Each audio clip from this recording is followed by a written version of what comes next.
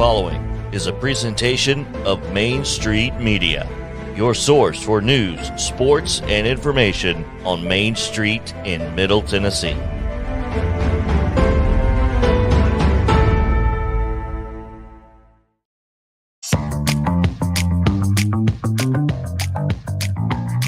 It's a Hump Day edition of Main Street Sports today. Coming up, the fellows will chat with Brady McAtamney from Main Street Preps to see what's happening in the Clarksville, Montgomery County area. Also, Brett McMurphy, Action Sports Network, will join us around 3 o'clock this afternoon to talk a little college football. That's right, always a good time to talk football. Recapping college basketball last night. The Vols' big win over Kentucky. Vandy at Auburn tonight. That and more coming up. Now, live to the Lee Company studio on location at Columbia State Community College. Playing a little baseball today with the Hall of Famer and Sports Writer of the Year, Mo Patton. Here is the Sundrop Kid from Alabama, Chris Yao. That's right here at Dave Hall Field, home of the Columbia State Community College Chargers. They take on Freed Hardeman today in their home opener. We talked to Mike Korn yesterday. If you missed that interview, you can go back and check out the podcast or watch it on a video. Glad to have you guys with us here and looking forward to a great show. We have a fantastic show coming up, so it's going to be great. Mo, how's it going, man? It's a nice day out. Well, it's going better for me than it's going for Brock Puckett. I'm sorry. the Charger starter, one pitch, one double in the right center field gap there, but they are underway on the field here. Freed Hardeman, one out, one on, nobody out. 0-2 count early on. So, but it's nice to be out here, man, checking out some baseball. As we talked to Coach Korn yesterday, didn't get a whole lot of opportunity to get out here last year with the pandemic restrictions that were going on. So it's nice to get out and enjoy some baseball. We did get out here one time, and there were folks out in the center field. Mm-hmm. Oh, yeah, on the berm. On the berm out there watching the ball game. So it's nice to see some folks in the stands here at Dave Hall Field. And it's a pretty good crowd, really, for a Wednesday afternoon, 2 o'clock start. They're playing 2 sevens out here, y'all. So if you get a chance to come out, come on out. Might as well. What else? You ain't got nothing else. What else you got to do? Yeah, and then stick around because as we get into the rundown here in a little bit, the Columbia State men play Trevecca at 6 over at the Web. Make it a day. There you go. Make a day of it here at Columbia State. All right, let's. Speaking of the rundown, let's go ahead and get into it because we got a lot to get to. Let's. What do you say? Let's just go ahead and give them yesterday's results and today's schedule. Here's the rundown. Tuesday evening boys basketball action. Brentwood High School defeated Summit 72-58 in the regular season finale for both teams. In tournament action, Culleoka went on the road, got a 64-55 overtime victory over Collinwood to open District 10 1A tournament play. Also in 10-1A, Wayne County with a 74-52 win over Hampshire. In 10-2A, Lewis County with a 59-51 win over Mount Pleasant. In District 8-3A, Lawrence County defeats Marshall County 58-51 in overtime. Also in 8-3A, it was Tullahoma 63, Spring Hill 53, despite a 31-point performance from Kayshawn Brashear.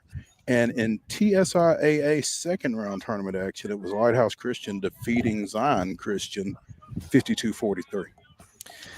In girls basketball action in regular season, it was Brentwood 59, Summit 45. Nashville Christian ends Columbia Academy's girls season 57-42 in middle region play at Division II.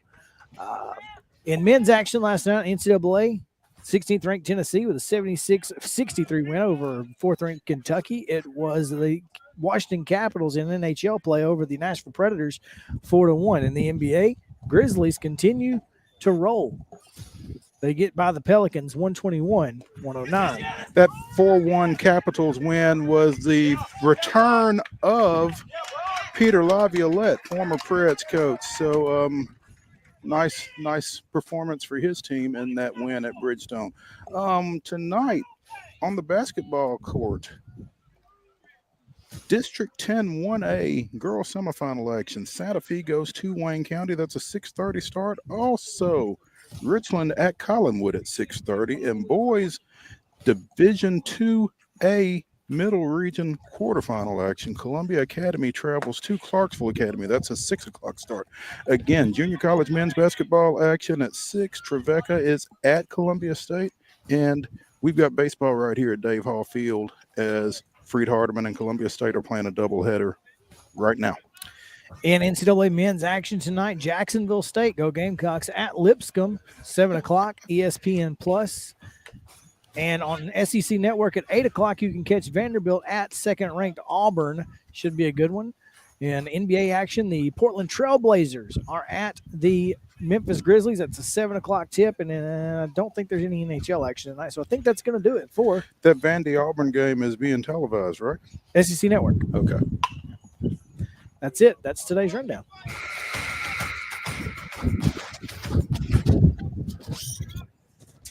Had to play at the plate on a wild pitch during the rundown here. 2 pass balls. Don't put that on Brock. They were both definitely pass balls, and Coach Mike Korn has let his catcher know that it's not okay for those two to get by him. But yeah, it worked out because he got the out at the plate. Well, yeah, there you go. So it didn't go down as a pass ball or a wild pitch That's since right. they got the out. It turns out it's just That's an a out. caught stealing. Yeah. So good for them. We are out of this inning. Yeah, got out of it. Despite the leadoff double, it's Freed Hardeman nothing. Columbia State coming to the plate. So our opening tip, the tip-off for today, Tubby Smith has stepped down as men's basketball coach at High Point University, and his son, Gigi Smith, will take over as head coach. So, Tubby. Yeah, this is apparently he has come down with COVID again. Ooh. Second time in less than a year, and according to the release put out by HPU, having been away from the program for an extended time, that the timing was right for this change. He will continue his involvement at HPU through the end of the year, assisting with alumni and community engagement, as well as fundraising for athletics and other university priorities. And so his son Gigi will take over for this year and for the 22-23. He's just going to take over the contract. Yeah. Okay. Well, he had been on staff Right. as associate head coach, so he's taking it over, and presumably the end of a fantastic career for Tubby Smith. Prior to returning to his alma mater as head coach, he had been at Memphis, Texas Tech, Minnesota, Kentucky, Georgia, and Tulsa, winning a national championship in '88 at Kentucky, and apparently is one of only 3 head basketball coaches to take 5 different schools to an NCAA tournament appearance. Wow. So, that's strong. Yeah, it's interesting that someone with that type of resume could be at 5 different schools. Because that means he's not been able to stick around a little as long as he probably should have at some of those schools. Minnesota, Memphis included. Yeah. So, That's a heck of a point. Yeah. But the fact that he's been able to do it everywhere he goes, just an absolute testament to his ability as a basketball coach, and a fantastic career again. Tubby Smith, going to step down at High Point. So yeah, that's exciting for Gigi to get a chance to kind of step in and take over that role and see how he follows in his dad's footsteps. No doubt. All right, that is today's top story. We've got, again, great show lined up for you. Brady McAtamney coming up here momentarily, and we got some accolades from some different districts in our area. So we'll get to the high school stuff as well. So might as well go ahead and take a break. That way we'll have some extra time on the other side to let folks know about those accolades. So let's go ahead and get out of this break. We'll be right back on Main Street Sports Today, presented by Mid-Tennessee Bone and Joint, after this.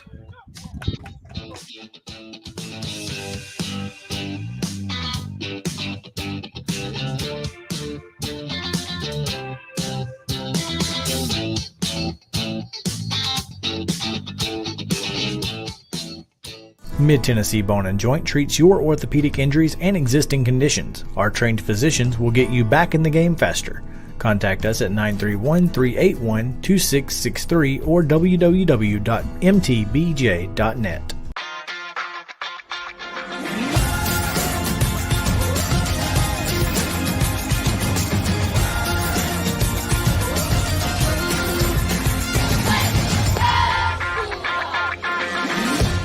Hey folks, while we take a quick break from the show, I want to tell you about our friends over at Custom Stone Handlers in downtown Columbia.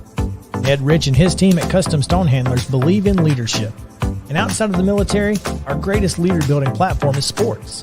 Custom Stone Handlers proudly encourages young people to get in the game. You can contact them today at 931-490-4990 or visit CustomStonehandlers.com.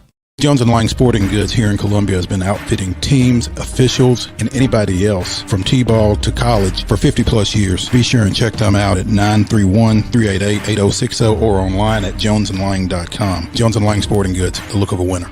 Zion Christian Academy, ZionEagles.org or 931-388-5731. You can schedule your appointment. Go tour their campus. It is beautiful over there, and you're definitely going to want to see it. Again, it's ZionEagles.org. Give them a call, 931-388-5731, and schedule your tour today.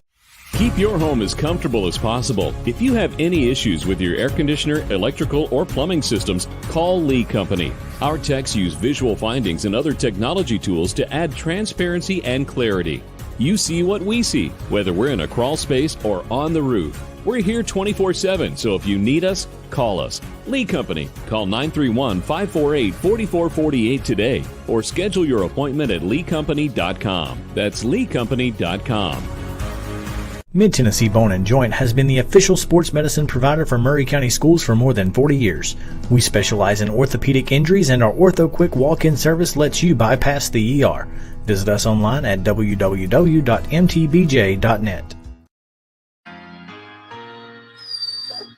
Tune in Thursdays at 1 o'clock for the MSP North podcast featuring Brady McAtamney and Blaine Keller, covering Robertson and Montgomery counties. Check it out on social media, wherever Main Street Media is and wherever you get your podcast. Again, Thursdays at 1, it's the MSP North podcast with Blaine Keller and Brady McAtamney. Now back to the Lee Company studio on location at Columbia State Community College. Here is Mo Patton and Chris Yao. Welcome back to Dave Hallfield here, and we are in the bottom half, and another pass ball gets a Columbia State runner to second base. So it's interesting how a little early season woes here, but you know they'll get there. They'll get there. Yeah, maybe breaking balls are breaking a little bit more than these guys are used to or something, because I think it's all been on breaking balls. Yeah, no question. So we do have some high school news coming out from District 12 4A. We'll start there with the MVP of the girls District 12 4A going to Reagan Grimes of Ravenwood. Not really a big surprise there at all. Not a big surprise at all. The Lady Raptors were the regular season champions, and she was their best player. She is their best player, headed to Tennessee Tech on a basketball scholarship. That's unfortunate. Ouch. That is unfortunate. Liner up the middle, shortstop makes the play and tags it back for a double play to get out of the inning. No score here after one between visiting Freed Hardeman and Columbia State. But yeah, turn it up. Reagan Grimes, the MVP for District 12 4A. First teamers, Janiyah Riley and Josie Parks from Columbia Central. Janiyah Riley, by the way, our player of the week this week, our Mid-Tennessee Bone & Joint player of the week. And I guess we kind of announced that a little prematurely since we usually give that hardware out on Thursday. It's all right. We'll have a team of the week tomorrow to go with Janiyah. But she and Josie Parks, first team All-District 12 4A, along with Elizabeth Flynn from Ravenwood, Nicole Rizzani from Summit, and Leilani Washington from Nolensville. And the second team is from Summit, Bergen Ali, Sydney Wright, and Claudette Runk, all getting awards there. It was Natalie Prestigard from Ravenwood and Leah Uber. And so Independence is Leah Uber rounds out the second team. On the boys' side. Also, Girls Coach of the Year is Ravenwood's Andrew James. As it should be. Hey, yeah. Well done to him. On the boys' side, we got the MVP down here in Southern Middle Tennessee. Yeah, well, it's all Southern Middle Tennessee, but yeah, Well, yeah, Ravenwood-ish. yeah, there you go. But yeah, Columbia Central senior Q Martin is the MVP for District 12 4A. Well deserved. First teamers include Bubba Perkins from Columbia Central, Jet Montgomery and Cameron Bell from Independence, DJ Starr from Ravenwood, and Jake Mulder from Ravenwood. So that's your first team.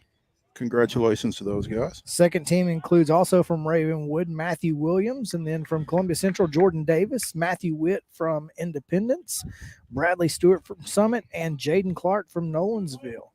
And your coach of the year, The man, the myth, the legend himself. no doubt, they call him Soup. For a good reason. Nick Campbell, Columbia Central, head coach. Hey, you know, I love this. Coach of the year, Columbia Central. Nowhere else to say Central. That's interesting. That is interesting. Anyway. Oh, well. Yeah. All right. Congratulations to him. Let's talk about some. Go ahead. We've got District Oh, that's right. 8, AAA. 3A boys. Don't know that we've got girls, but on the boys' side, from Spring Hill, Kayshawn Brashear is named to the team, along with Lawrence County's Alex Carr and Luke Boswell. From Lincoln County, you've got Eric Greenwood and Eli Ogle. From Marshall County, Devontae Davis and Jamal Gentry. Page places Ryan Lang, Pierce Brule, whose dad I covered in another lifetime, and Grant Snyder from Page. Also from Tullahoma, you've got Chris Usselton, who sealed the state championship for the Wildcat football team back in December, and Brody Melton. So those are your all-district players from 8 AAA on the boys' side. The MVP is Lincoln County's Owen Sandlin, and the coach of the year is Mark Cornelius of the Falcons. So congrats to all, and hopefully we'll be able to at some point track down the girls all-district 8 AAA team and announce that as well. All right, let's go to Main Street North. Talk a little 931. Well, of course, we're 931 down here too, but the north side of the 931, Brady McAtamney, joins us now from MainStreetPreps.com. Brady, what's up, man? How you doing, guys? Looks like you're at a ball game. Not a bad day for one, huh? It's really not. It's a little windy, but I mean, Otherwise, just pretend we're at Wrigley. Do you, yeah, exactly. Just pretend we're Wrigley, no doubt. But it's nice out here, man. It could be worse, but great day for baseball, especially on in February 16th. Yeah, for February 16th, we'll take it. Yeah, Chris, you probably remember a baseball game's the first place we met at Independence versus Clarksville. That was before we even worked together. That was a great game too, man. That was a great game. Walk-off homer. What a great day. Brady, tell us a little bit about what's going on. Do you have any all-district teams up there that you want to throw out? Unfortunately, we haven't gotten them out yet. Gotcha. Okay. But they're coming. I can definitely give you some predictions. They're going to be some players I'd say are an easy shoe-in that are going to be on those teams, but they're not official yet. Gotcha. Well, as we get ready, go ahead. Yeah, before I know Brady, we brought him on to kind of talk a little bit about tonight's Division 2A Middle Region boys quarterfinal game between Columbia Academy and host Clarksville Academy. But before we get into that, there's a young lady in Brady's coverage area that I think just got a scholarship offer from the University of Tennessee. That's right. And I wanted to be sure to we need to talk a little bit about that. Yeah. How about Amari, man? Amani. Yeah. Amari. It is Amari. You were right. It is. Amari. Oh, okay. My bad. Sorry. Shut up, Mo. No, she's pretty incredible. She got a scholarship from Murray State when she was in 7th grade. Wow. So, if that tells you anything, Racers know. Get in on them early. Yeah, her name has been out there for a couple years now. She's a sophomore right now, getting that scholarship offer, like you said, from UT that came in yesterday. She's had interest from South Carolina, UConn, and now that UT scholarship has come in. I mean, those are some of the biggest names you get in women's basketball. She's they don't get bigger than those three. I moved that the nomination cease. Yeah, absolutely. She can do it all on the court. She's an incredible ball handler. She plays great defense. She's an excellent shooter. I mean, there's just nothing she really can't do. And, you know, to be there as a sophomore already, no, she's got a whole 2 other years of high school basketball to play with those AAU seasons. I mean, it's frightening to think of what she can become. So UT is smart to get on her as a sophomore. And they're smart, particularly as you consider the way recruiting has gone over the last few years and the number of in-state talents that have gotten out of this state. Looking at you, Ryan Howard. I cannot watch Kentucky and cannot watch her without getting pissed off all over again, to be honest. But so being able to get her offered early on and let her think on that is, I think, a great move on the part of Kelly Harper and her staff in Knoxville. Yeah, and you think of some of the UT greats, names like Pat Summitt, who was born in Clarksville, Bashara Graves, who went to Clarksville High. The city's been good to UT, so Amari Berry could be the next in line. Let's hope so. That'd be fantastic. Love to see her in orange.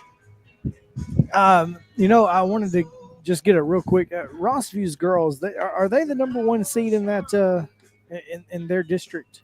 They are, yeah. They beat Clarksville High twice, and then they also beat the number 1 seed out in the other district, District 14. That's Northwest.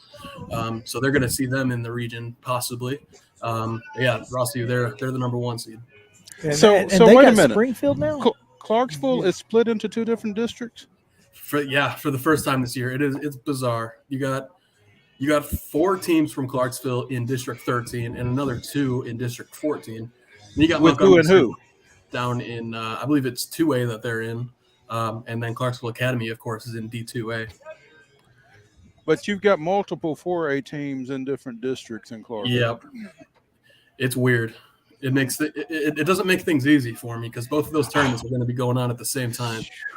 Yeah, right. You can't just go to one place. You're gonna have to go to 2. It's not easy to duplicate yourself. Just ask us. We know. We've tried, Brady. Been trying for a long time. Oh yeah. Oh man. Well, let's get into tonight's Division II Middle Region matchup. Clarksville Academy hosting Columbia Academy, and Clarksville Academy hosted the Bulldogs earlier this year. It was back in December. And Columbia Academy came away with a 47-44 win. But Brady, you know, as we were talking through our text message chain, that you feel like Clarksville Academy has improved since that time, and I'm sure Columbia Academy has as well. How do you feel like this Clarksville Academy team is approaching tonight with, you know, having coming off that loss from earlier in the year? Yeah, so I was actually talking with Tyler Hickman, head coach of Clarksville Academy, earlier today. Blaine and I talked to him for our podcast that we were recording earlier today, and he told us that that Columbia Academy game that they played earlier this year, so that was a morning game on a Friday, and that was just and just the night before they had played Clarksville High, who, of course, that's a big city rivalry. That was the first time those 2 teams had played since the turn of the century. So that was obviously a huge game in front of a big crowd. Clarksville High is a team that, you know, is a big time contender to get to state again this year after getting there last year. So emotions were running high. They lost that game. It was a close game, and then they turn around the next morning and play Columbia Academy. So they think that they're in a better position now, of course, having a couple days to prepare for Columbia Academy. Of course, you're not playing a great 4A team the night before, but they've improved a lot. You know, Eddie Ricks is a Mr. Basketball finalist. He's averaging about 21, 22 points per game this season. He's their leading rebounder. He's really coming to his own defensively. He's 6'7", and I know Columbia Academy's got some size as well. So that's going to be a great matchup seeing him. But they've got some really good tertiary players as well. They actually just had a baseball. One of their players got a baseball scholarship from Austin Peay. That's Paris Pridgeon. He's a wing player for them. They got a guy who just committed to play at Lindsey Wilson for football, and Keith Richburg. He's one of their dominant post players. So they got a whole lot of multi-sport athletes, and that really shows in the different things that they're able to do. They win a lot with athleticism, but they're also very well coached. So Clarksville Academy, they're going to be a tough out for sure. But like you said, I mean, Columbia Academy beat them. So we know that these 2 teams are really good. Tyler Hickman really called Clarksville, or rather Columbia Academy, a 2 seed that's kind of in the 4 spot. So he knows that this is a really good team, and they're definitely not going to take them lightly. Yeah, I think that's there's definitely something to be said for that 2 seed in the 4th spot. Talking with Brady McAtamney of Main Street Clarksville here on Main Street Sports Today about this Columbia Academy Clarksville Academy matchup tonight. And as you mentioned, Columbia Academy does have some size. 6'7" sophomore Griffin Cooper, one of 4 guys that they've got averaging in double digits, and any of them can go for 20 or 25 in a night, and they all have pretty much. Will Jackson, their senior forward, Jeremy Jackson, their freshman guard, no relation, by the way, and Gabe Davenport off the bench with like almost 80 3-pointers, and you'll know him by the mismatched shoes, by the way. Earlier in the year, he was wearing one red and one blue. The other night, he was wearing one white and one blue. So I don't know what he's going to come out with tonight, but I feel pretty positive they won't be the same color. That'll be something to watch. Absolutely. Keep an eye on that. Must be the shoes, Money. Well, it's funny. I've written a story about that before. You have indeed. You have indeed. So, nearly blew up our website. Yeah. You got a good shoe budget down in Columbia, huh? Apparently. Clearly. That's one of the things about that I was going to mention is Clarksville Academy held this Columbia Academy team to 47 points in that first matchup. Now, obviously, it was in the morning, but coming off of, probably a very physical and very exhausting game the night before, to be able to have that sort of defensive performance against a really good Columbia Academy offense is pretty impressive. Now, let's keep in mind it was morning for Columbia Academy. That's what I'm saying. Well. That's what I'm saying. Yeah, I get that it was in the morning, so you can, take that as you will, as far as what it takes to shoot in a new gym first thing in the morning. Of course, you got to drive up there too, so it was even earlier for them. Yeah. But the defense is what really this Clarksville Academy team can hang its hat on. Yeah, they can actually. I mean, definitely the defense is a huge part. They just beat Good Pasture, I believe. I don't have the exact score in front of me, but it was about 47 to 41. And Good Pasture, of course, a really good basketball team. I know they're missing Isaiah West, but they were still the regular season district champions in Middle District 4. And they held them to 41 points in that district championship, but they also beat Friendship Christian. I believe it was 66 to 61. So they can beat you either way. It's really going to be, how I think they're good at looking at what the other team does well and trying to play the opposite of that. So I think they're definitely going to look at trying to keep this game a defensive one, because like you said, Columbia Academy, they got a whole bunch of guys who can score. They got a whole bunch of guys who can shoot. So Clarksville Academy is probably going to see that, probably want to play a little bit slower, kind of try to slow that down, keep their shooters, kind of bagged up a little bit, want to make sure that they're the ones controlling the pace. And if they can do that, I think that's probably going to be a big advantage for Clarksville Academy. All right, it's going to be a good one. So make sure to get up there if you don't have anything else going on this evening.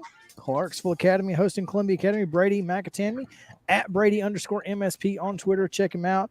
And the MSP North podcast coming out tomorrow at not 1 o'clock, because it'll be there. Yeah, 1 o'clock, right before our show. So right before our show, check out the MSP North podcast wherever you get your podcasts and on our social medias. Brady, thanks, man. We appreciate it. Thank you, guys. All right, when we come back, we'll continue talking college hoops as Tennessee and Kentucky go at it last night, and Vanderbilt Auburn tonight, so it should be a good one. We'll be right back. Main Street Sports Today comes back after this.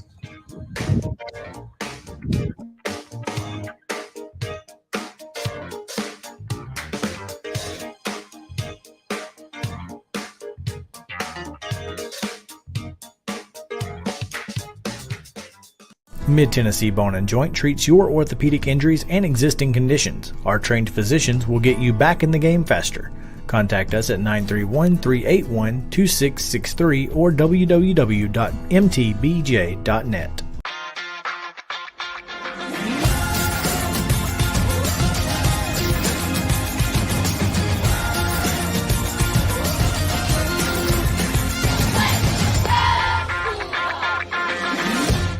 Hey folks, while we take a quick break from the show, I want to tell you about our friends over at Custom Stone Handlers in downtown Columbia. Ed Rich and his team at Custom Stone Handlers believe in leadership. And outside of the military, our greatest leader building platform is sports. Custom Stone Handlers proudly encourages young people to get in the game, You can contact them today at 931-490-4990 or visit customstonehandlers.com. Jones & Lang Sporting Goods here in Columbia has been outfitting teams, officials, and anybody else from T-ball to college for 50-plus years. Be sure and check them out at 931-388-8060 or online at jonesandlang.com. Jones & Lang Sporting Goods, the look of a winner. Zion Christian Academy, zioneagles.org or 931-388-5731. You can schedule your appointment. Go tour their campus. It is beautiful over there, and you're definitely going to want to see it. Again, it's zioneagles.org. Give them a call, 931-388-5731, and schedule your tour today. Keep your home as comfortable as possible. If you have any issues with your air conditioner, electrical, or plumbing systems, call Lee Company. Our techs use visual findings and other technology tools to add transparency and clarity. You see what we see, whether we're in a crawl space or on the roof. We're here 24/7, so if you need us, call us. Lee Company. Call 931-548-4448 today or schedule your appointment at leecompany.com. That's leecompany.com. Mid-Tennessee Bone & Joint has been the official sports medicine provider for Murray County Schools for more than 40 years. We specialize in orthopedic injuries, and our Ortho Quick walk-in service lets you bypass the ER. Visit us online at www.mtbj.net. Tune in Wednesdays at noon Central for Casey's Take on Sports. Casey Patrick, sports reporter for the Dixon Post and Cheatham County Exchange, who always has a take. It's Casey's Take on Sports.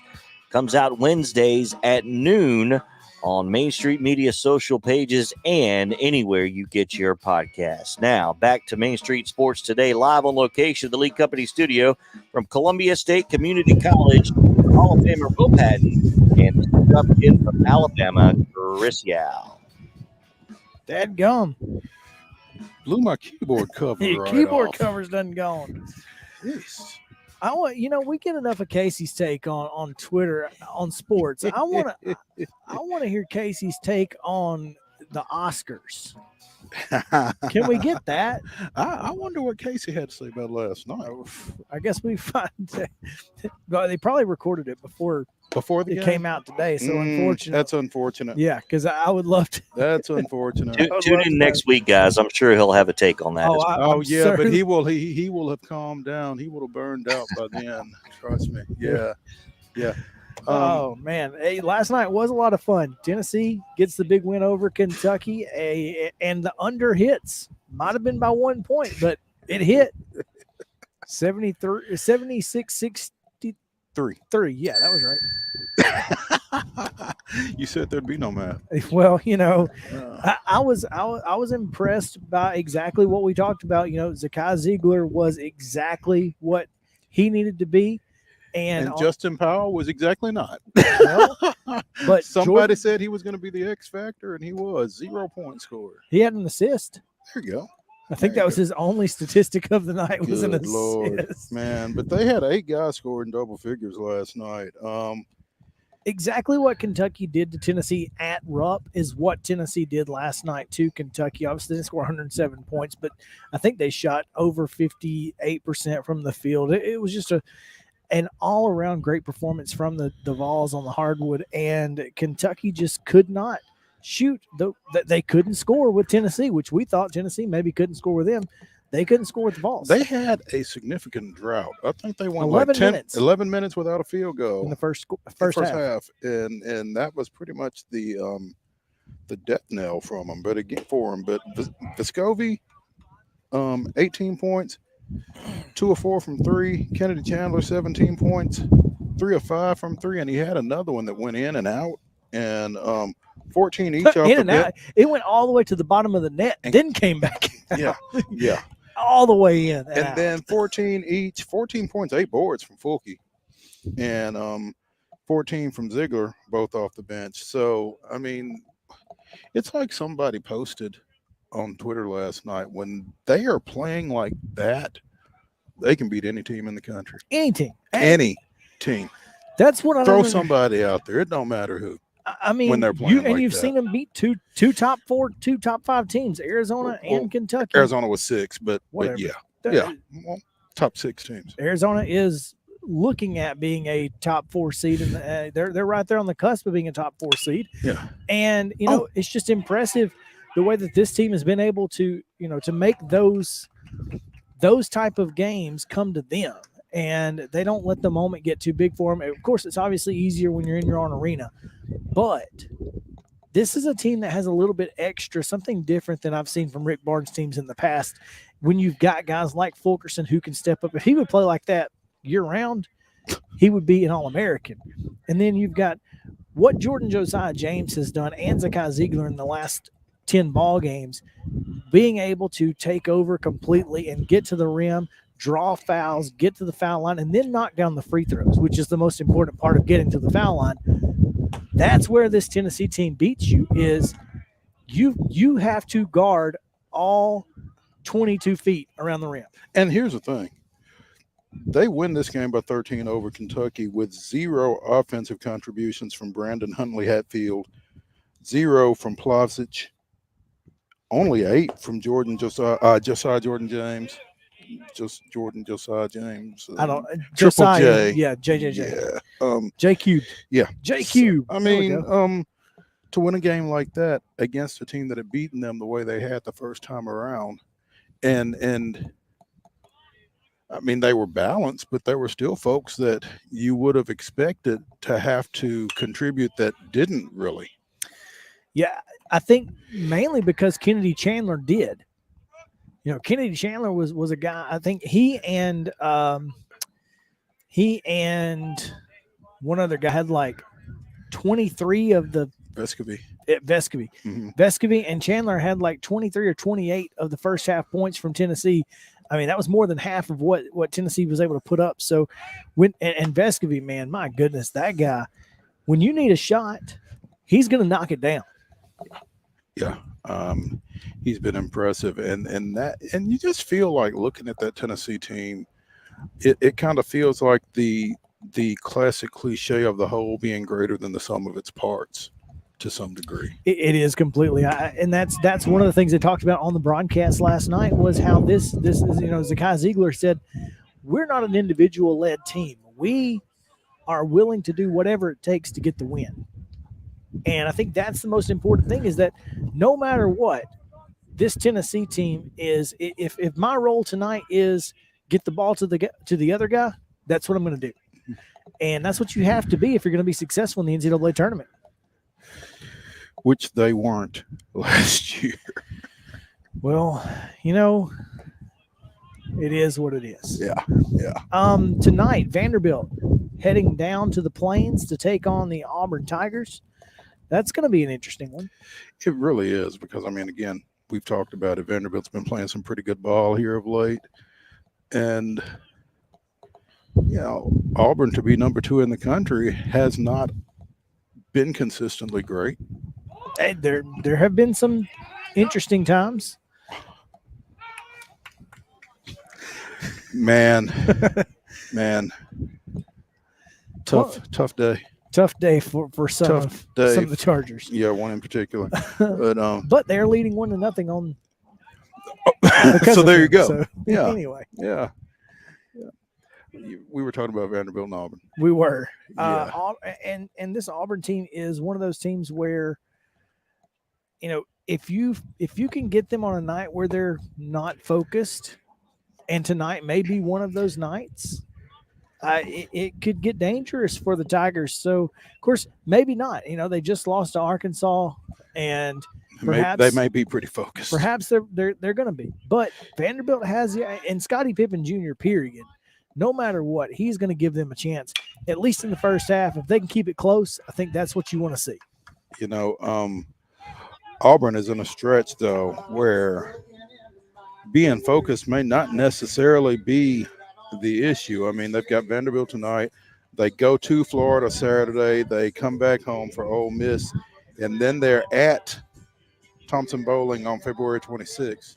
So they've got an opportunity to pick up a couple if they just don't implode here over the next little bit before they go to TBA.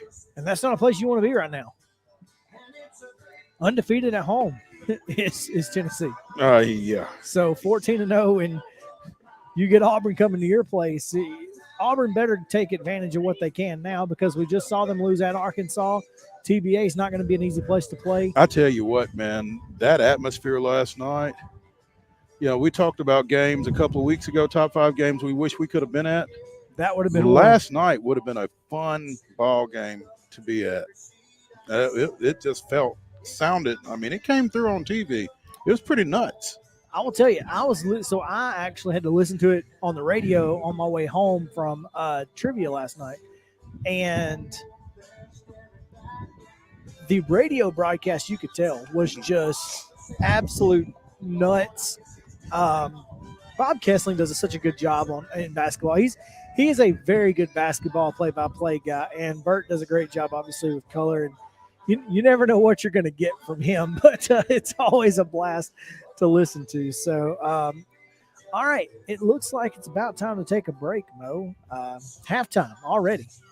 1-0 here as we go to the bottom of the third inning at Dave Hall Field. Columbia State leading Freed Hardeman, and looks like we got a pitching change. Maybe not. No. Okay. No, I think this same guy. Same guy. So, yeah, we'll be back. It's halftime. Stick around. We've got Brett McMurphy coming up in the second half and some Alabama football drama on Twitter. So it's crazy. Stick around. We'll be right back on Main Street Sports Today.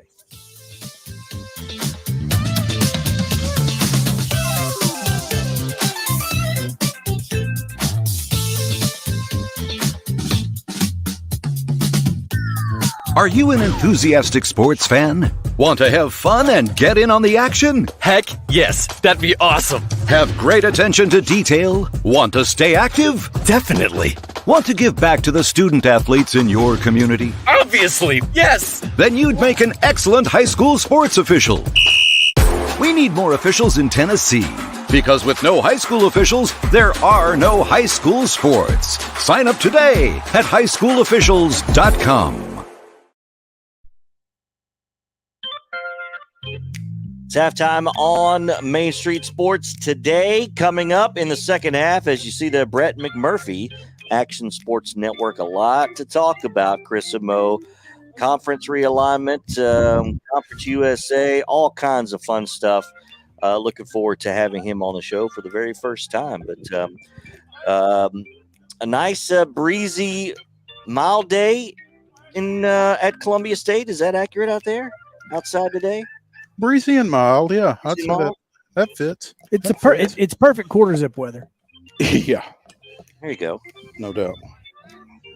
Yeah. Listen, we love food on this show. There's an understatement. But I don't know that I don't know that.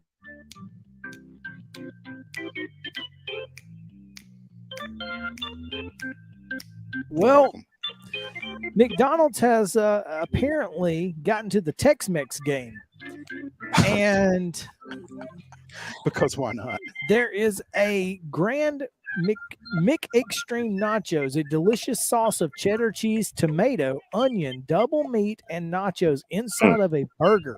Inside of a burger? No. It is a double. It's 2 patties, then cheese, then tomatoes, then nachos, then cheese sauce, and then you put a bun on it. But it's only available in Spain. You think those folks are going to eat that? I don't know. I'd be curious. When they've got real Spanish food. Okay, but get this now. Putting chips on a sandwich is not foreign to me. That's not a bad thing. I've done that before. Yeah. No. But I don't know that I'm putting nachos on a burger and eating this thing. I can't see myself doing that. Again, my thing is you lost me at McDonald's, but there are some things at McDonald's nowadays that I can handle because their burgers are getting a little bit better. But they're also getting more expensive, which is the biggest issue. Like everything else. yeah, right. Yeah, nonetheless, I don't know. I don't know if I can handle that. So anyway, what else we got going on in the oh goodness gracious in the world going right now? I got nothing, man. I will say this though, here at I thought that you guys would help me out a little more on that McDonald's thing. I got Well, nothing. well, on I- that. I I can got look at nothing McDonald's. for that. You know, I mean, guys, they're promoting their hack menu. Have you guys That's seen right. these? Yeah, we're like the land sea and what Yeah. is it? Like a double cheeseburger or a Big Mac with a McChicken and a McFish. All Put it all together. together. You get those three, and then you put the chicken and the fish inside the Big Mac. a little surf and turf and whatever else, huh? Land, Got air, him. sea. Yep, Mm, something to that nature. mm, mm. And sausage egg McMuffin with a hash brown in it. Now that one I can handle. Yeah. That's not I'm here for that. that's not revolting. No, I not would at all. totally eat that. I've seen the double cheeseburger with like chicken nuggets on it. I've seen some people do that, which I don't hate that idea either. I mean, do they have toddlers working on their menu? Apparently, they have toddlers ordering from their menu. Really? Yeah, but they're promoting it. They've got commercials for this stuff. It's hey, whatever. You got to reinvent yourself, I suppose. I guess. Sometimes, I mean, McDonald's, like you said, McDonald's is McDonald's, so you know what you're getting, kind of. And so, Yeah, okay. and so for folks who don't, have never, I don't want McDonald's. Maybe they're trying to switch it up a little. Good luck. I don't know why you would. Heck, McDonald's is McDonald's. I mean, Well, number you one can't fast argue food with chain their in the world. success, though, too. You can't argue with That's their what I'm saying. So I don't know that you need to, but whatever. Yeah. Anyway, let's talk. Let's talk about some drama, college football drama, the entire second half. So stick around. Main Street Sports Day returns after this.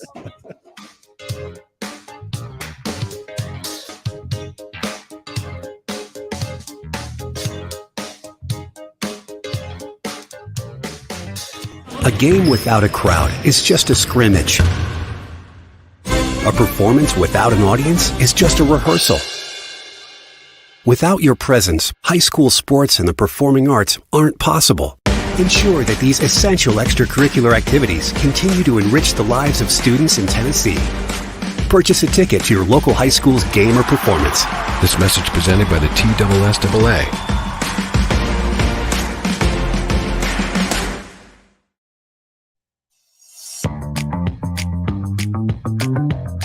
Second half of Main Street Sports today. Coming up, all college sports, college football in particular, including our guest, Brett McMurphy, Action Sports Network. So stay tuned for that. Plus, Wild and Wacky Wednesday.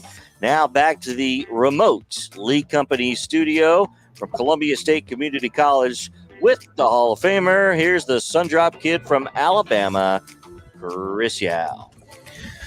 Welcome back in. Second half getting ready to start as we move to the top of the fourth inning with a 1-0 lead for the Chargers and a 7-inning affair in game one. So, Mo, you've not seen this drama, but apparently the University of Alabama's former quarterbacks, transfer extraordinaire Blake Barnett and David Cornwell have apparently gotten into it pretty heavy on Twitter.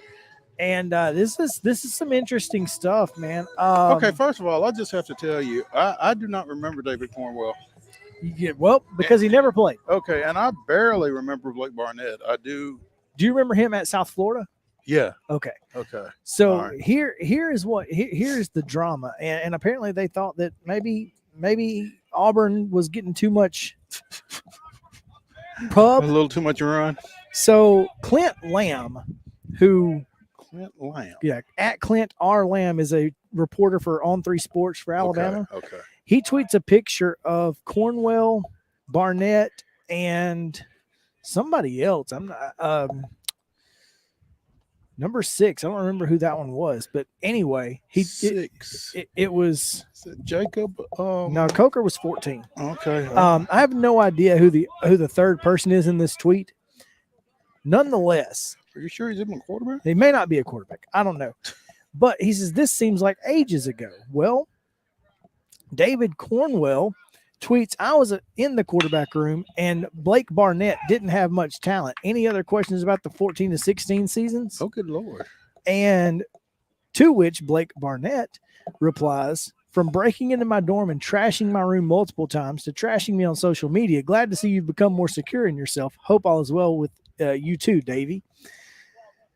So Cornwell replies, is handing over a binder of team, quote, allegations to the NCAA so you can transfer without penalty, trashing a program, asking for a friend. I'll leave it at that. Yeah, that's a pretty good place to leave it, I guess. Folks, wow. If you thought the Auburn stuff was messy, this is not, at least it doesn't have to do with the team now. Let's just get these guys back to back and let them step off 12 paces or whatever. I mean, that seems like the best way to handle that one. Do you know what makes you think? The Andy Griffith episode where he has to count in French. Mm-hmm. He's like, "No, I learned some French when I was in the war." There we go. And it's like, that's craziness right there. oh man, this is insane. And then add on top of that the drama we're about to talk about with Brett McMurphy and UAB and Conference USA. Every major football team in the state of Alabama is in the middle of some drama. Well, it ain't but 3. Well, that's a lot for everybody having drama in a month. I mean, come on, man. In the same month. Off season in Alabama, football. There's no off season. There's no college football off season in Alabama. Are you kidding me? This is absolutely nuts. I've never seen two former players like this just absolutely going at it in the public eye, like beefing on Twitter. Like, dude, pick up the phone. We don't want to see all that. Clearly, he did pick up the phone and tweeted it right out. Yeah, there you go. So, Twitter beef is always fun, typically, especially if, you are in a public beef. The problem is when you get blocked and don't know why, Mo. A la Jerry Stackhouse. Not a problem. It's just like not a problem at all. I mean, I'd love to know why. I'd love to know what I said. Yeah, but the same thing. I don't know what I said to Brando, but I'm one of the many who are blocked by Brando. That's a take a ticket, take a seat kind of thing right there. I'm sure you'd love to know what you said to Judge Dobbs. Oh, too, that's the one. That's the one. I'm like, what did I do to Dobbs? Dobbs is great. I love that guy. I have no idea what I even remotely could have said about Stack. That that's funny. It's funny every time I think about it. So I would like to think that the basketball coach of a Southeastern Conference program would have better things to do than to worry about what I'm saying on Twitter. But clearly, for at least one of the 14, that ain't the case. Well, Eli Apple gets into the world of Twitter beefs because did you see Annie Agar's tweet? No. Such an incredible experience providing coverage at my first Super Bowl, unlike Eli Apple. Phenomenal. It doesn't get much better than that. Okay. And Eli's out here retweeting some stuff that we can't say on the air.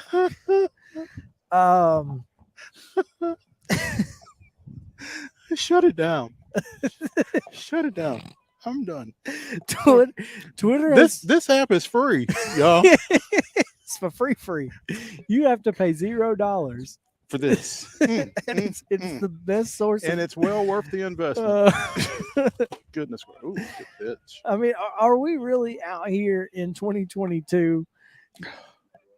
That's beefing with our former teammates and with people we're supposed to cover. I mean, I'm not trying to. Now, I got into a little bit of a tussle this morning with a Kentucky fan because they think that their football program is somehow better than Tennessee's, although they've won 3 games in the last 12 years against Tennessee in the worst run of Tennessee's history. It's funny. It's funny. Even Kentucky's best teams haven't beaten Tennessee.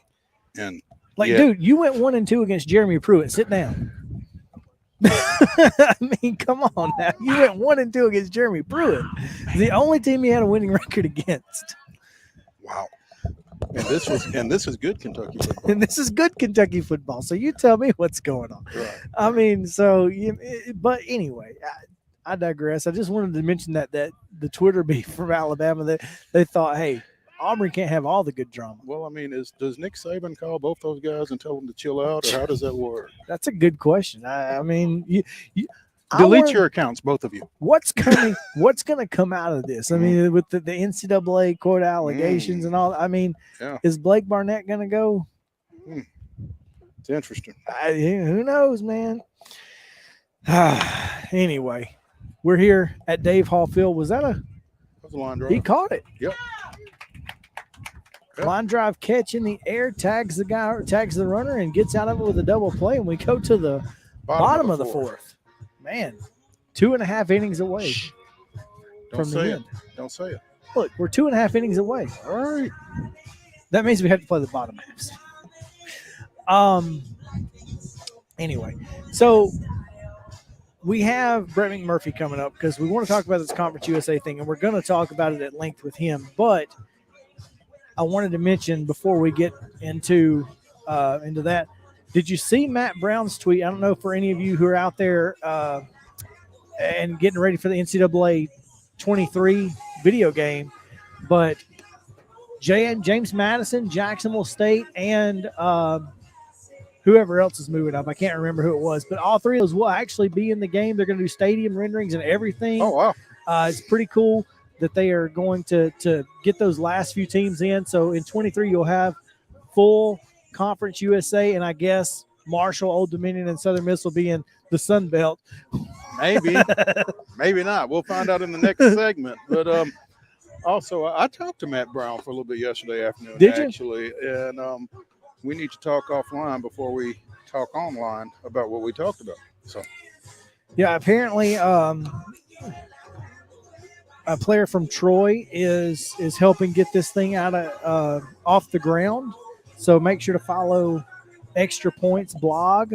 It's always a great follow, and we'll talk to Matt at some point in the near future, I hope. Yeah. But yeah. So anyway, let's take a quick break, Mo, because we do have Brett on the other side of the break, and we will get to him and talk through UAB and not UAB. Marshall, Old Dominion, and Southern Miss. Not UAB. UAB is not going anywhere. No, don't. Let's not make it any worse than it They've is. not moved to the AAC yet, so. Yeah. But if this goes through, they might. Goodness gracious! Yeah. It could be crazy. So stick around. Main Street Sports Today, presented by Mid Tennessee Bone and Joint. We'll return after this.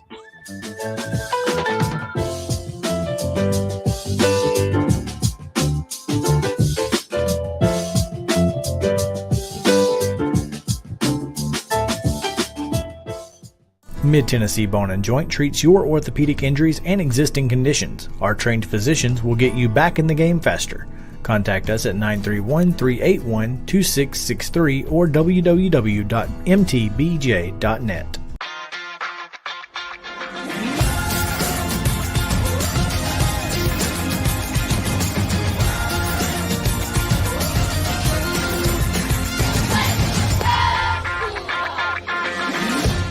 Hey folks, while we take a quick break from the show, I want to tell you about our friends over at Custom Stone Handlers in downtown Columbia. Ed Rich and his team at Custom Stone Handlers believe in leadership. And outside of the military, our greatest leader building platform is sports. Custom Stone Handlers proudly encourages young people to get in the game. You can contact them today at 931-490-4990 or visit CustomStonehandlers.com. Jones & Lang Sporting Goods here in Columbia has been outfitting teams, officials, and anybody else from T-ball to college for 50-plus years. Be sure and check them out at 931-388-8060 or online at jonesandlang.com. Jones & Lang Sporting Goods, the look of a winner. Zion Christian Academy, ZionEagles.org or 931-388-5731. You can schedule your appointment. Go tour their campus. It is beautiful over there, and you're definitely going to want to see it. Again, it's ZionEagles.org. Give them a call, 931-388-5731, and schedule your tour today. Keep your home as comfortable as possible. If you have any issues with your air conditioner, electrical, or plumbing systems, call Lee Company. Our techs use visual findings and other technology tools to add transparency and clarity. You see what we see, whether we're in a crawl space or on the roof. We're here 24/7, so if you need us, call us. Lee Company. Call 931-548-4448 today or schedule your appointment at leecompany.com. That's leecompany.com. Mid-Tennessee Bone and Joint has been the official sports medicine provider for Murray County Schools for more than 40 years. We specialize in orthopedic injuries, and our Ortho Quick walk-in service lets you bypass the ER. Visit us online at www.mtbj.net.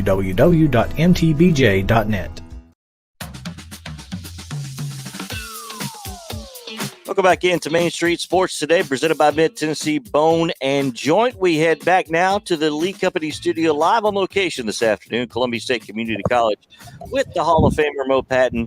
Here's the Thunderdrop kid from Alabama, Chris Yap. Welcome back to Dave Hallfield on the campus of Columbia State Community College here in Columbia. It's a nice day out. Got a few clouds, blue skies. What a beautiful day for baseball in the middle of February. You couldn't ask for a better day on February 16th. I mean, you could. You could ask for it, but you probably wouldn't get it. No. Basketball coach Winston Neal in the house as he's getting ready to take on Trevecca later this evening at the Webb. So looking forward to a great day of sports here at Columbia State. As I was just telling him about the Braves World Series Championship Trophy Tour that is coming north in a couple of months, and letting him know about a couple of stops. Hey. He's excited. Can't wait, man. We're excited. Heck yeah, we are. A couple of different reasons, actually. But Big we'll announcement. get more into that later. Big announcement coming on that later. Mm-hmm. So looking forward to that. Mo, let's get into some college football drama because there hasn't been any this offseason. College football drama? Yeah. Hasn't been any drama, especially, in the Southeast at all. But so joining us now to talk about Conference USA football and all that is coming with it, including their football schedule that was released yesterday, Action Network's Brett McMurphy. Before we introduce Brett McMurphy, I just want to read this one tweet from yesterday. Can't wait for Marshall to win both Conference USA and the Sun Belt this fall. And I guess it's possible because at this point, who knows? So we'll get into it here. Brett McMurphy. Brett, thanks for taking some time with us today. We really appreciate you, man. Yeah, you got it. I appreciate you having me. Well, Brett, Middle Tennessee State is my alma mater. It's right in our backyard here, just outside of Nashville. And so obviously a lot of this Marshall, Old Dominion, Southern Miss stuff threatens to impact the Blue Raiders in some way, shape, or form. Where do you see this going? And how did it get so antagonistic, maybe? I think that the three Conference USA schools that are leaving, they basically have got with all of their legal counsel, and they believe that it's worth it to go ahead and make the move, July 1st and begin playing the Sun Belt in 2022. Obviously, Conference USA disagrees with that. I think it's just, I know a lot of people taking it personally. I think it's simply a business decision. And then what makes it even trickier is Conference USA bylaws indicate that schools are required to give 2 seasons notice that they are leaving, and then they would forego all revenue each of those 2 years. However, there's no specific amount in that. It's not, okay, if you leave, it's a $5 million extra fee, it's $3 million, it's $100 million, whatever the number is, there's no number. It's up for, the different parties to figure that out. So I guess those 3 schools figured, well, we're not going to give 2 years notice. We're going to give a year notice, and we'll let the lawyers figure out, what it's going to cost us to get out. And we're going to go ahead and leave. And we've seen this happen with other conferences, but we haven't seen other conferences fight it this way, where Conference USA puts out the schedule and has, Southern Miss, ODU, and Marshall on the schedule. You mentioned that the tweet I sent out about Marshall will be able to win both Conference USA and the Sun Belt. I had a couple of folks with Marshall ties reach out and say that they thought that was my tweet of the year. So I'd like to thank the Academy for it very well may be the tweet of the year at this point. I'm not sure it's just your tweet of the year, Brett. There's no way any of those schools are going to play in Conference USA next year. I mean, Conference USA is all their posturing is for legal reasons. I've talked to people on both sides of this. Everyone understands that. There's no way those three schools are going to play in Conference USA in 2022.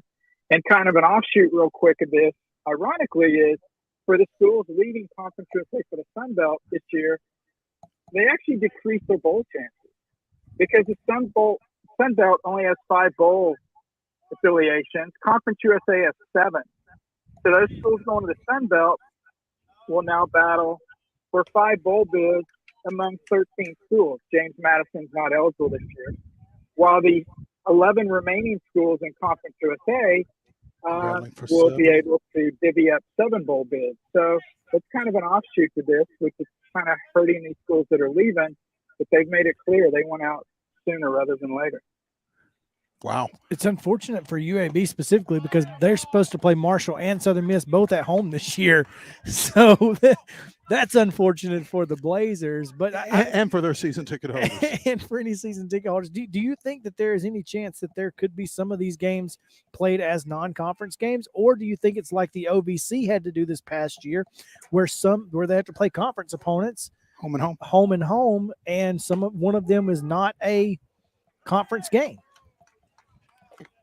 As far as the home and home, I don't think we'll see that because again, the Sun Belt Conference USA still has 11 members, so they can work out an 8-game schedule pretty easily with that.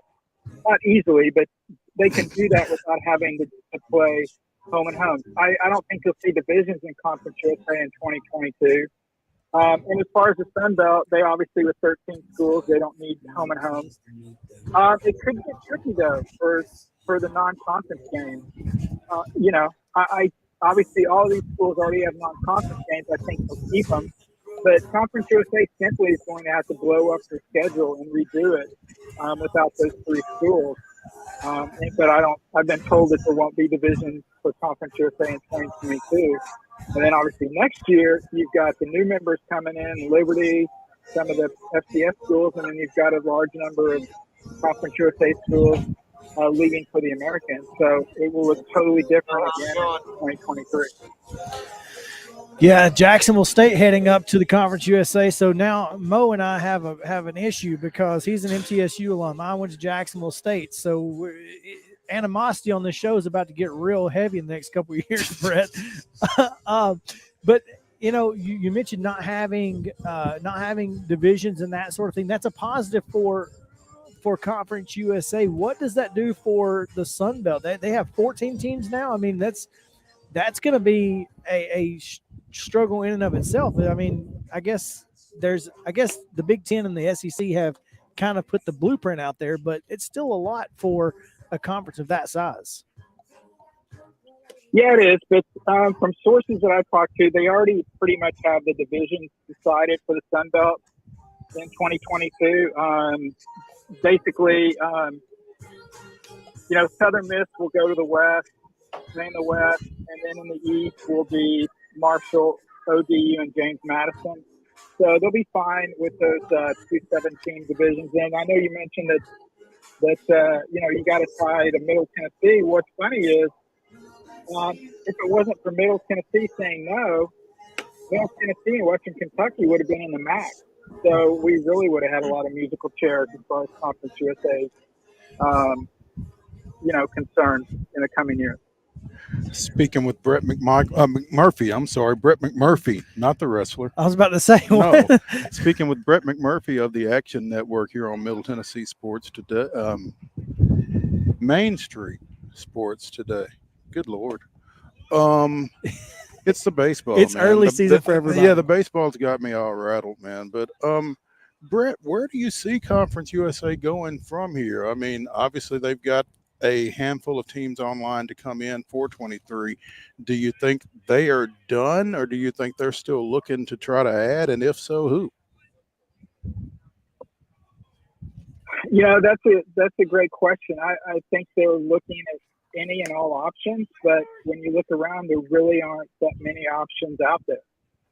The media rights for Conference USA is, there's 10 conferences and they're at number 10. And that's why those schools are leaving to go to the Sun Belt. It's not like they're going to double their media rights deal going to Sun Belt, but they believe they will make more there, and they just think there's a brighter future. The most logical place for Conference USA to look is to find any FCS schools that are willing to make the move. Other than that, there simply aren't any independents out there that they can get, or maybe that they want to get. I mean, New Mexico State would be a possibility. You've already got UTEP out there. But to be very frank, New Mexico State has struggled in the past 2 years. They have Jerry Kill on board this year. Maybe they improve. But if you bring in a school, you don't want to bring in a school that hasn't done very well. UConn is, too far north. I don't think that's realistic. Again, they have not had much of any success. And then UMass, kind of in the same boat. Liberty obviously is trending upward with 2 3s and what they've done there. They will join Conference USA next year in 2023. So they got the best independents that's available. BYU and Notre Dame obviously are off the table. But other than that, if they want to expand any more, they've got to look to the FCS ranks, and then it's not quite as easy. One, you got to find schools that want to make the move, and two, they got to be able to afford making a move, because it's a total different game playing at the FBS level compared with the FCS level. And, also they want to try to keep it as geographically centered as they can. And that's not always easy. So it's a number of factors, and it's hard for Conference USA. But the number one thing they want to do is they want to stay together. Because if they stay together, then whatever these exit fees that are negotiated, they will then recoup that money. But if Conference USA folded, and I don't think that will happen, but if they did, then there's nobody to pay these exit fees, and so these schools would basically get off, very easily by changing conferences. Man, this has been a wild upheaval. Thank you, Texas and Oklahoma. Man, yeah, that's right. Texas and OU don't make the move. None of this happens. That's what I was going to ask. Did you think it would reach the level of FCS schools like James Madison and Jacksonville State making the move up when that happened, or was it just, I don't know. Did you see how far did deep? you expect this to reach when it was Texas and OU? I expected Conference USA and Sun Belt to be impacted, definitely, because once something happens at the top, it's a domino effect, and it's going to trickle all the way down. So when the Big 12 lost 2 teams, okay, they've got to get some replacements. Well, they're not going to get anybody from the Power 5 leagues to leave. So where are they going to look? Well, probably the American. Obviously, they got teams from the American, and BYU is very attractive. So now the Americans got to reload. Where do they look? They can't look up. They got to look down as far as media rights value. So where do they look? They look at Conference USA. So they grabbed Conference USA. They tried to get some teams from the Mountain West. They stayed pat. So now, what the Sun Belt did, though, is they actually, some people probably don't like it, but I think it was very smart of them. They went on the aggressive, and they saw kind of all these moves that were going to be made, and kind of how all the chess pieces were moved around, or checker pieces, whichever you prefer. And they said, look, we can either stay put and wait for teams to get plucked from our league, or we can go after some teams and strengthen our conference. And that's kind of what they did. But yeah, as far as your initial question, yeah, anytime this happens, whether it's Missouri and Texas A&M going to the SEC, or whether it was Rutgers and Maryland going to the Big Ten, there was always it always trickles down, and it impacts everybody. And it wasn't that long ago. Maybe some of your younger listeners don't remember this, but the WAC, used to have 16 teams in their conference, but they got picked apart, and now those teams are scattered all over the country, from the American to the Mountain West to Conference USA to all over the place. So, unfortunately, when one of these big boys makes a move, it's not their intention to disrupt the rest of college football athletics, but that's exactly what happened. Man, it's really interesting to watch this thing happen. And here's the thing: is it doesn't just affect football. I mean, every other sport is affected as well. That's the thing that a lot of people lose, I think, Brett, is, again, it's not just football. It's girls tennis, women's tennis as well. I mean, it's across the board. And I mean, football pays for a lot of it, but still, it's not just football that is impacted by this. And when you think about some of these midweek contests for some of these, quote, non-revenue or lesser revenue programs and that kind of thing, I mean, that's when it really kind of gets untenable, I would think, for some of these schools. Yeah, well, I think one big difference that we've seen in the past few years and probably going forward in the future is when we see these conferences change up and you've got different teams in these conferences, and conference the American is a perfect example. You got teams in Virginia, you got teams in Texas, you got them spread. I guess that's why they're American, because they're basically all over America. But what you see with the Olympic sports, the non-football sports, is they kind of decided, okay, we're not going to send the women's tennis team halfway across the country to play a dual match. So what they kind of do is they regionalize the schedules as far as the regular season, and then basically they get everybody together for their respective conference tournaments. So they kind of have changed the tune on that. But yeah, you bring up a great point. Football is the focal point. It's the engine that drives the bus. But it impacts all these other sports and all these other schools, and it changes them drastically. But I do know that a lot of these conferences have decided to kind of, instead of having home and homes and all of these different non-revenue sports, they've kind of decided, look, it's not fair for our student athletes.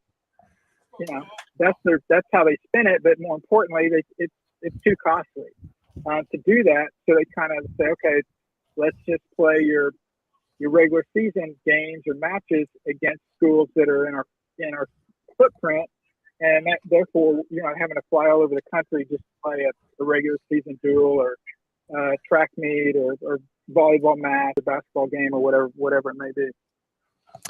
Brett McMurphy of the Action Network here on Main Street Sports Today.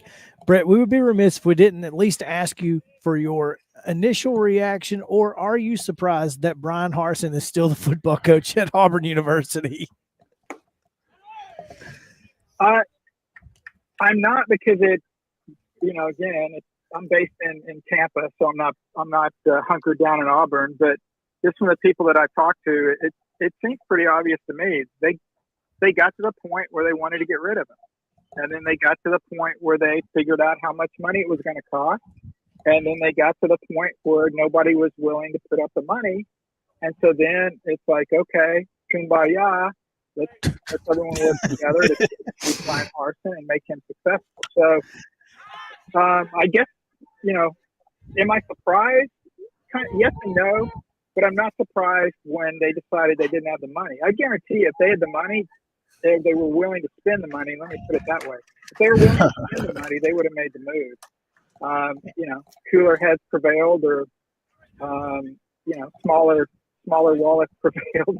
One of the two, right? Stick with it, but no matter what they say, look, successful next year if he wins 9 or 10 games, no issue. If he goes 6-6 again, he's gone. You can spin it however you want. That's the bottom line. Or he could win 9 or 10 games and then he leaves. He wouldn't be in this position. Yeah. Yeah. Well, Brett, thanks so much for taking some time with us today. We appreciate your insight on Conference USA, Sun Belt, and everything that goes with that.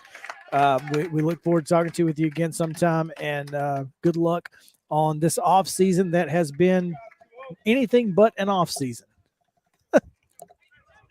You got it. I appreciate it. Thank you. All right. When we come back, we give you the weirdest and wildest news from across the world. It's Wild and Wacky Wednesday right here on Main Street Sports Today. Stick around.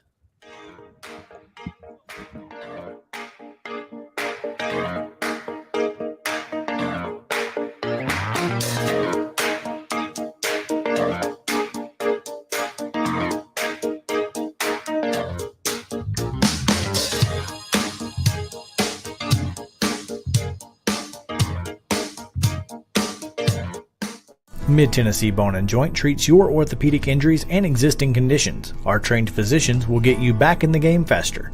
Contact us at 931-381-2663 or www.mtbj.net.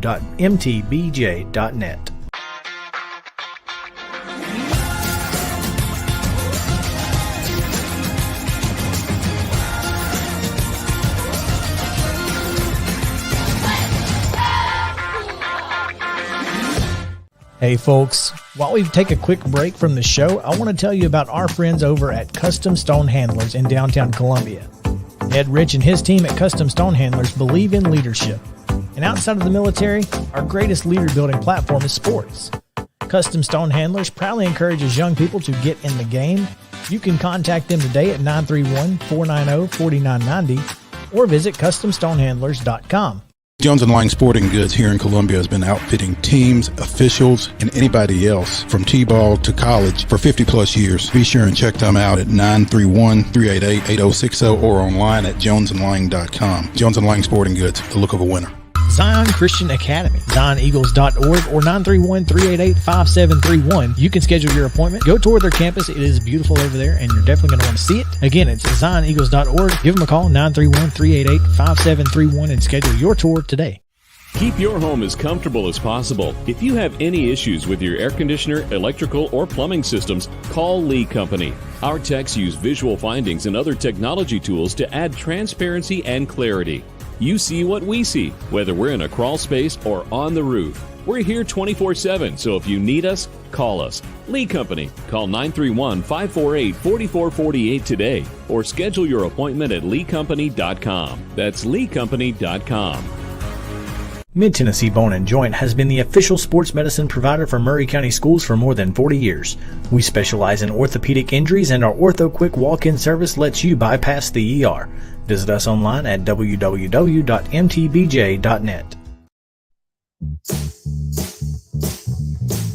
It's Wild and Wacky Wednesday on Main Street Sports today.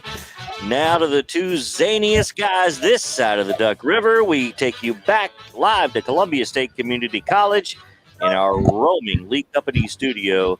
Here's Mo and Chris. Welcome back in. It is the bottom of the fifth inning, and Columbia State added a run to their total. Is now 2-0 Chargers here. After a two-out triple to left. A two-out triple should have been standing up. He slid, but it didn't have to. And so, yeah, here we are. And Columbia State on the verge of remaining undefeated, at least. So, should be interesting. Keep it here. We'll probably at least see the end of this one. I'll give you the weirdest and wildest news from across the world on Wild and Wacky Wednesday, and we'll start in New York, where I wish I could tell you. I can't pronounce this guy's name.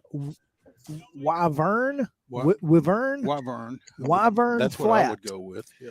Wyvern Flat watches television and rolls over. Oh, no, that's the pig's name. Ellie is a pot logo. Ellie is the pig. Wyvern is the guy, the owner. The owner of Ellie. Wyvern Flat owns Ellie. Okay. Wyvern Flat owns Ellie, a 110-pound pig, and the pig is, quote, family. He said it's an emotional support animal, but officials in upstate of Kanahawari, New York, see it very differently. To them, the pig is a farm animal, and he is harboring it in the village illegally. So, why do they care? Why do they care? I mean, do officials have a luau planned or something, or what? They're wanting to get on that.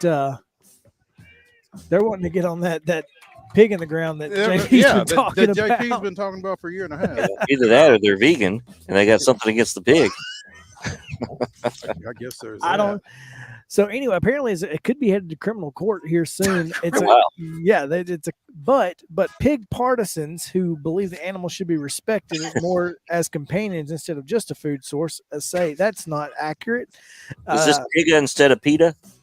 Yeah, it's Piga. Quote, Flat said, I could never dream of giving away somebody who's part of my family. Yeah, she's very smart. She's more intelligent than my dogs. Okay. You guys gonna give up your pet pig, or no? I mean, if I'm gonna have a pet pig, then no, I'm not gonna. You're not giving it up. Yeah. No. Oh man. Come and take it, right? There you go. Come and take it. Exactly. Folks, we moved to Russia now, where a security guard is accused of drawing eyes on a Russian gallery's painting. Falling eyes. Oh, yeah, I saw that. A security guard at a Russian art gallery is reportedly facing criminal charges after being accused of drawing eyes on an avant-garde painting from the 1930s that he had been hired to protect. 3 figures by Soviet artist Anna Leporskaya was on loan to the Yeltsin Center in some city that I can't pronounce when the guard drew eyes on 2 of the painting's eyeless figures with a ballpoint pen. Yeah, he was bored, right? Basically, yeah. I guess he was bored, yeah. Yeah, I think that's, yeah, they said he was bored. You know, the painting side by side, it was very minuscule. It was a light touch. Yeah, I mean, you'd have to be up on it to see it. Yeah. But Still. there weren't supposed to be eyeballs on these paintings, and yet now there are, in fact, eyeballs on these paintings. On these paintings that are nearly 100 years old. Yeah. They're They had eyes back then. It's not far-fetched. His motives are still unknown, but the administration believes it was some kind of lapse in sanity, according to exhibition curator Anna That's one way of putting it. Reshetkina. Had a precursor to the filing in the court. Well, see, they screwed up because you don't say that. You don't say that he had a lapse in sanity because now you have given him a temporary insanity defense. Insanity. That's what I'm saying. What an idiot! If that is in fact a defense in Russia. Yeah, the old say anything. Well, that's in Russia. Who knows? Yeah. Good point. Good point. The painting was reportedly insured for about $1 million and was sent to Moscow for restoration. The center said the damage can be repaired. Yeah. So at least the ballpoint pen can come out of the painting. So are they collecting on insurance? I would assume not. I mean, they may not have to. I mean, insurance may pay for the restoration. Maybe. Yeah. But that's crazy. That's talk about wild and wacky. Fitting. Okay, I'm gonna go with this one because I don't want to end on the super bowel. Yeah. We've seen protesters at the Canadian border who they've tried to make their lives difficult in Canada for the Canadian truckers, and whether you're for it or against it doesn't matter here because in New Zealand they have another option. Let me tell you what New Zealand's doing to upend protesters. They just play the Macarena on loop. Ooh. Hey, Macarena. Hey, if it's either that or a SWAT team, I figure the Macarena is probably more. I think that's probably the more palatable option of the two. Well, it's probably also the most effective. Yeah, I was going to ask you, DJ Yowza. And I play it. Is this still in your repertoire as a DJ? It is. It is, in fact. Let me tell you how I do it though, because I will play something like the Cha-Cha Slide or some other. Okay. And I'll say, I'll play the Cha-Cha Slide, and I'll say, all right, loosen them up. All right, older generation, let's teach them our version of the Cha-Cha Slide from back in the day, and then we'll play the Macarena, and I'll do about 1.5 minutes of it because that's about all I can stand. Right. But could you imagine hours? Do I what? Great participation. Great participation. Yeah, most everybody will stick around for after the Cha-Cha Slide to teach the younger people who don't know what it is. How to do the Macarena. So it works out, but about 1.5 minutes is all I can stand. So hours on hours? No, thank you. No. So well done, New Zealand. There you go. I guess that's going to do it for today's show, guys. What a good show. We did not make it to the we've now made it to the top of the through sixth. 5 full. We are through 5 full of a 7-inning game 1, and that's as far as we are going to get on these airwaves. That's right. So Chargers lead 3-0 though. Picked up 2 in the bottom of the 5th there. So we appreciate all with 2 outs. All with 2 outs. Yep. We appreciate you hanging out with us here at Dave Hall Field on the campus of Columbia State. Make sure to check MainStreetMurray.com for all of your news and sports coverage. Main Street Preps as well from Brady McAtamney tonight. From Clarksville Academy, of course, and then follow at Brett_McMurphy. We appreciate that as well. So you guys come back with us tomorrow. We'll be back. Same bat time, same bat channel. on Main Street Sports today. For Mo and JP, I'm Chris Yousling. Have a great day, and we'll see you then.